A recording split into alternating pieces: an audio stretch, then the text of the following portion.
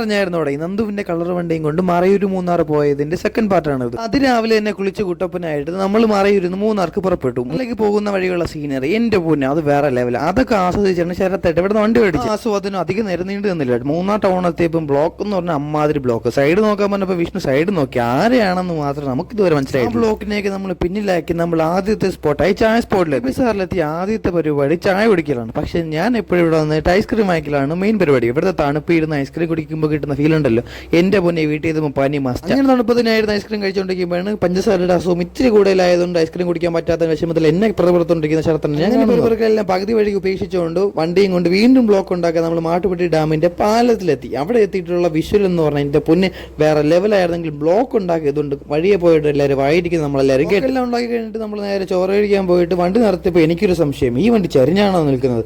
അതറിയാൻ വേണ്ടിയിട്ട് നിങ്ങൾ ഒറ്റ കാര്യം ചെയ്താൽ മതി, ഈ വീഡിയോ ഫോളോ ചെയ്തിട്ട് കൂടെ കുടിക്കൂ.